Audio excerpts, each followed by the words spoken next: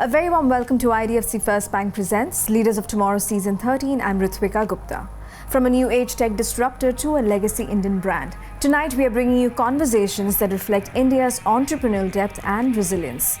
Kickstarting the episode with a deep dive into tech, AI and more with Sreevathsa Prabhakar, founder and CEO Servify, and in the second segment a conversation lined up with Shreevar Kheruka, managing director Borosil.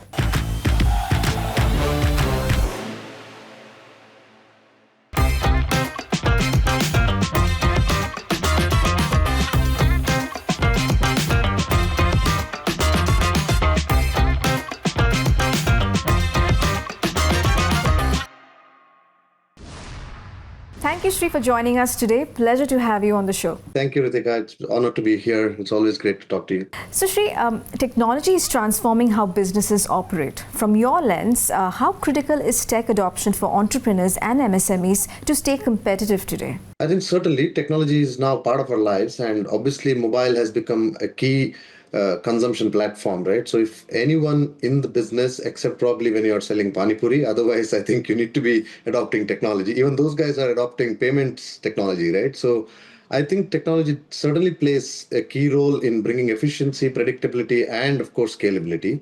So obviously I think tech plays a major role. Gone are the days where you can say that, hey, we have a big reputation, we don't need to use real tech. But I think with now advent of even AI, people have to embrace technology if you really want to build a scalable business. Now, there's a lot of buzz around AI. It's impacting sectors across the board. I want to understand from you, how should entrepreneurs perceive AI today? As a disruption or as a tool to create efficiency? So I would say the latter. Obviously, AI, while there is a popular opinion that AI will replace people and jobs, I'm not a strong believer of that. I think AI will replace people's jobs if they don't adopt AI. I think that's how I see it, because AI will bring efficiency. And every day there is a new evolution of technology, even from an AI perspective. So to that extent, I think it's very important companies adopt AI. And again, it's not, in my opinion, it shouldn't be limited to just technology or engineering roles. Why can't HR use AI? Why can't finance teams use AI or legal teams? For example, even within Servify, I'll give you an example of, we have a contract review AI platform now that we've built in-house, and that really helps being efficient. So on that note, tell us about the idea behind Servify. What gap did you see in the market that led you to build a global device protection and lifecycle management platform? So this started, of course, this is a little bit of history. I did my engineering and then, started my career with a company called BPL. Back in the day, they were the largest electronics manufacturer. And of course, coming from South as an engineer, you would ideally be a software developer. But I think I had the destiny of becoming a service engineer. And that's where my journey in after-sales service customer experience started. And ever since then, after-sales service is always considered as a cost center, as a pain to manage. You have a liability, but it always ends up, you end up spending money as a brand. Right. From there to 2007, 2008 onwards, if you see, devices are now part of our lives. You have, your phone is not just a phone, it's a content platform, commerce platform, communications platform, multiple things, and you can't live without them. The life is surrounded with gadgets today. You have a watch that's connected to the phone, that's connected to your laptop or an iPad. What happens when some of these things don't work as they are supposed to be, or even accidentally you drop them because they are delicate and then they end up breaking? Unfortunately, the manufacturers were only providing a limited 1-year manufacturer's warranty, which wouldn't cover some of these damages or wouldn't support anything beyond that 1-year period. And that's where we said customers use the products for longer. They're part of their lives. They can't be without them. And therefore, there has to be someone offering some support, maybe on a subscription basis. And this opportunity was historically seen by insurers saying, buy insurance and we will give you all the cover for accidental damage or extended coverage. Our belief was, if I buy an iPhone, I want Apple to fix it and not an alliance to fix it, right? Now from Mumbai, you have expanded to over 40 countries. What have been the biggest lessons in scaling Servify globally while partnering with giants like Apple, Samsung, and Amazon? Of course, I think few things that we made sure as a company, as a culture within the organization, as people, we said we have to earn our business every single day, which means we can't be in our laurels. these are some of the largest brands, which means if you deliver value, only then they will be with you. So obviously you have to be valuable to them. And third is, obviously be reliable. Okay. And therefore, because it's a lot of reputational risk as well for brands, right? So Right. we had to make sure that we deliver on all of those promises. To do that, obviously, one is the cultural element where everybody looks for customer first approach. Second is from an ops perspective, everything is kind of built and solved through technology. So you build predictability. And obviously, we had to think big like a company that's our partner, like an Apple or a Samsung. So we had to really be their partners rather than vendors. I think some of these approaches help, but again, working with these large companies is not easy. So we had to do everything from getting ourselves certified for SOC 2 compliance because we handle a lot of data. Shri, you have seen India's startup ecosystem evolve closely. How do you view the opportunities and challenges that define this moment for entrepreneurs? I think, obviously, when you build business, some of the fundamentals, I think, I've been a second time entrepreneur, and I think I built my first business fully bootstrapped. So luckily for me, I had my lessons learned at my own cost, right? It was not fashionable to build startups back then, 2008, 2009. Yeah. So it was a bootstrapped venture. And I think some of those foundational elements, like you're building business to generate value, you're not here to spend or throw money to bring customer to you. A lot of those elements and building with sound fundamentals. Compliance is extremely important. So work with the government or as per the government regulations and policies. So a lot of those elements really help, number one. Number two, I think a lot of the people, unfortunately, who, when they build business, they think of just the 1 year of their journey. Okay. If you're really building a long-lasting business, you have to think of the future and Sure. build predictable and sustainable business. It can't be at the cost of somebody's investment that you're building and then you don't know what to happen. So product market fit is a great term, but in my opinion, founder market fit is equally important. Are you fit enough for your own growth? So I think a lot of people, unfortunately, got some other KPIs as important KPIs like valuation, how popular are you in media? You have comment on every single opportunity. You become the rebel to go against the government. A lot of those elements. I think, in my opinion, build quietly, focus on the job at hand, which is really building and scaling your business rather than spending time on other irrelevant aspects. But yes, if you have to be social, you have to be part of the ecosystem. That doesn't mean that your priorities should be beyond your own growth of your own company. I think some of those elements really are for me key, and I would recommend any new entrepreneurs or the young entrepreneurs who are coming in the space, do not lose focus on the problem you are out to solve. I think that should be the key element. Second, conviction. Now, the theme for this season is agility, ambition, ascent. In a world of volatility and macro headwinds, what mindset should founders adopt to sustain growth and build resilience in tough times? I think, yeah, briefly I touched upon, but I think we've seen near-death situations in our own journey, and I think it's as individuals also we face those challenges, right? From our college days to probably in family, you lose somebody. So I think resilience and be prepared for pivoting, I think, is extremely important. You can't just stick to one idea and say that I will make it work irrespective of whatever happens. Yes, some people can. I mean, think of Apple is a great example.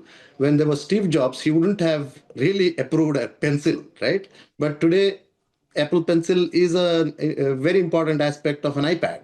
So things like that, where you have to change as per market requirements, you have to be flexible and go after the opportunity rather than just being idealistic, I think is, in my opinion, but at the same time, without losing focus on the core that you want to achieve. So we've pivoted in the past. We wanted to build a consumer business in the beginning. Then we realized that after sales service is not a business where consumers will pay a lot of money just for an incident versus being there as a subscription program and selling it via enterprises. Like, why will my whole principle of, I said people will want an Apple to fix an iPhone. Okay. If we had to be a consumer brand, why will people come to Servify to fix their phones, right? So we said, Sure. There is no value, and we pivoted immediately and we saw success. So I think agility is extremely important because that speed to market is also equally important while you are flexible. But at the same time, thinking long term and then being prepared for flexibility, I think is a good combination. And finally, what is next for Servify? What is the road ahead? So I think we are obviously, no pressure from our investors or anyone, but I think we want to really be a company that people will remember for generations. So obviously, we want to go public. We are kind of getting ready to list our company, and in that journey, of course, it's not that we have started everything, but we are looking at that as our next important milestone. Like I said, no pressure, no timelines. We initially thought we will do it next year, but again, for us, we will decide that at our own convenience. Fantastic. Thank you, Shree. It was great chatting with you. Thank you, Hrithika. It's time for a quick break here. We'll be back shortly. Stay tuned.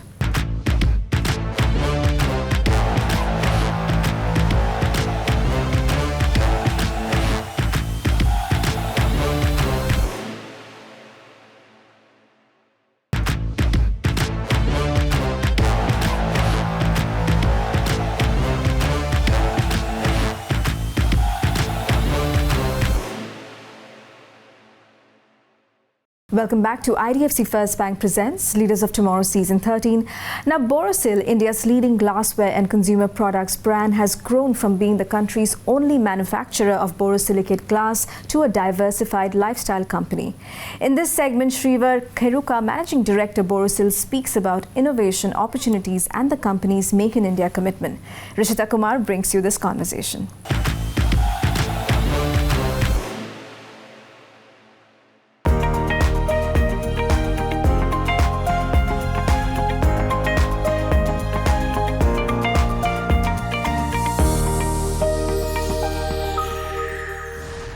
Hello Shreevar, thank you for joining us on Leaders of Tomorrow. Now, Borosil has enjoyed a remarkable legacy since its inception in 1962. How has the company evolved over the decades to align with shifting consumer preferences? Borosil, as you rightly mentioned, was founded more than 60 years ago. And it started on a foundation of very strong product and manufacturing expertise.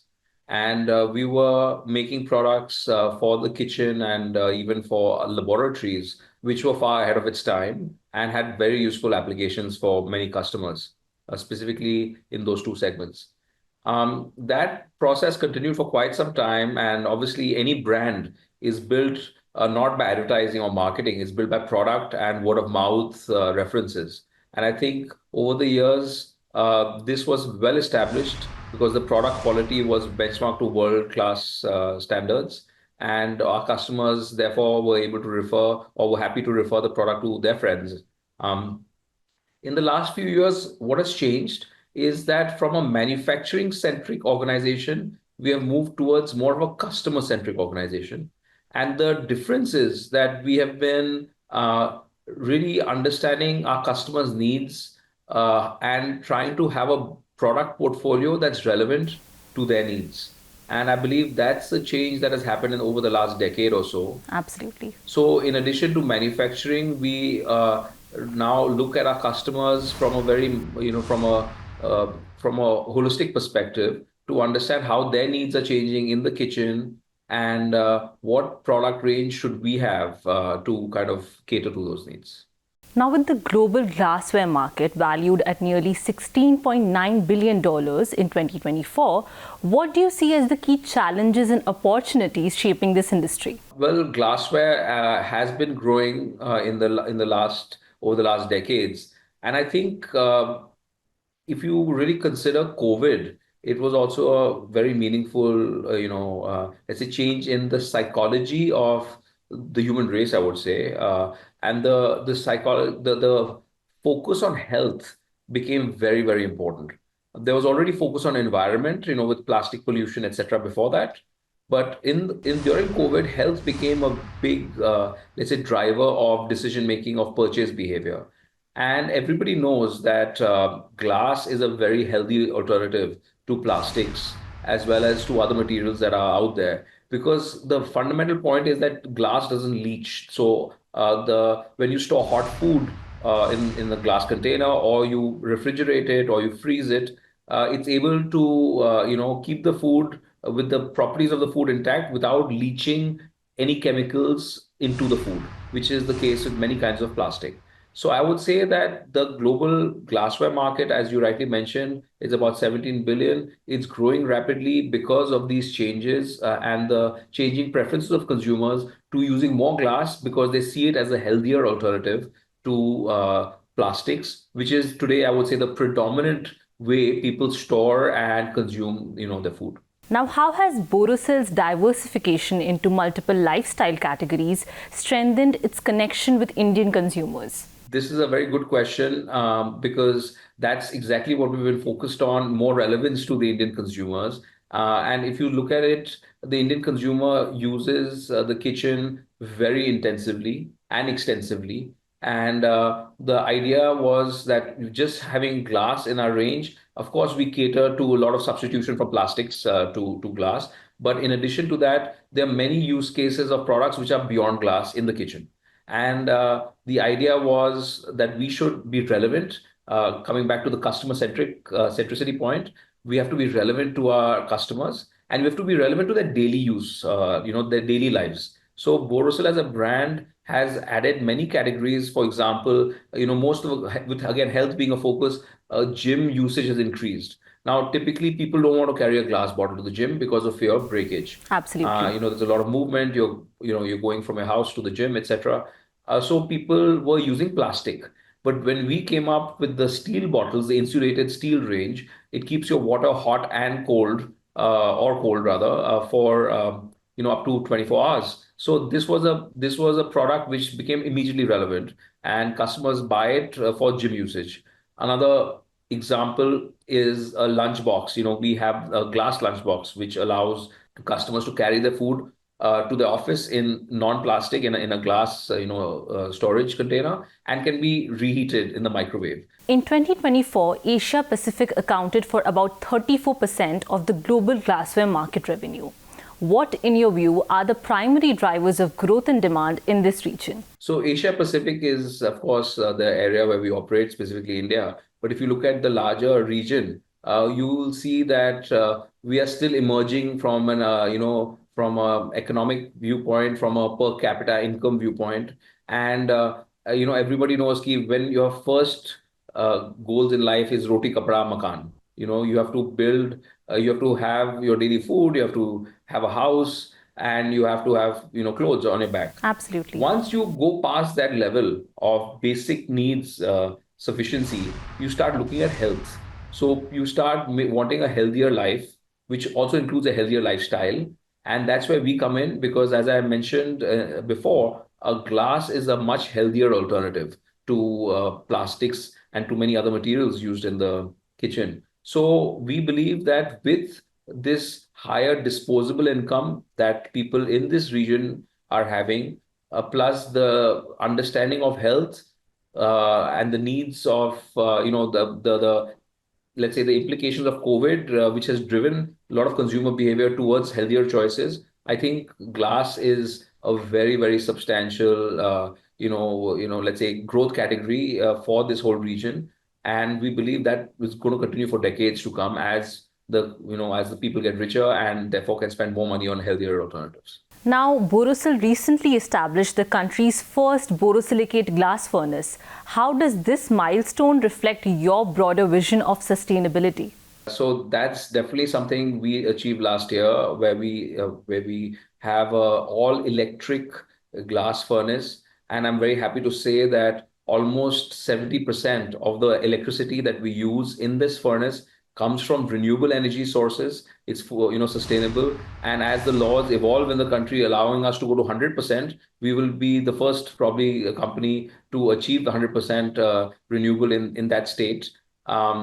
We also would like to mention that glass is 100% recyclable. Absolutely. So no glass goes into a landfill. Any broken glass or defective glass can be crushed and can be reused inside the furnace. So glass by nature is highly recyclable and therefore sustainable. And even the way of producing glass, it's quite energy intensive. But now with solar and wind, possibilities, we are as a company have moved towards a future where 100% of the energy in the future will be sustainably produced. So we truly believe that sustainability is not just something for marketing, but we have to do it in our actions. And therefore, when we set up the furnace, we have set it up from that perspective. Shreevar, you did speak about how glass is clearly a healthier alternative as compared to plastic. But in a price-sensitive and value-sensitive market like India, glassware often faces cost comparisons with cheaper plastic alternatives. How can businesses like Borosil address this issue? People should see value in the products that they use and that they consume.